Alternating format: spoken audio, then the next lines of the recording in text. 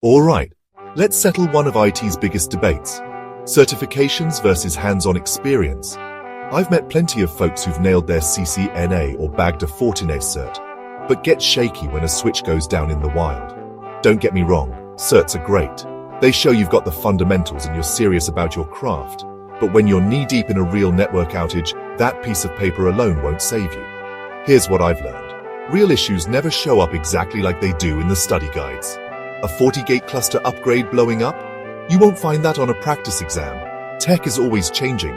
Maybe you know Cisco CLI, but have you wrangled with DNA Center, Ansible, or FortiManager in a live environment? If not, you're playing catch-up. The tough problems? They need more than textbook answers. Troubleshooting takes gut instinct, sharp log reading, and, sometimes begging the sysadmin for help. That's not something you can memorize. It's something you earn by rolling up your sleeves and actually doing the work. So here's my advice.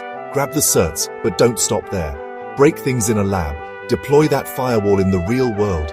That's where you grow the fastest. And build the kind of confidence a test can't teach.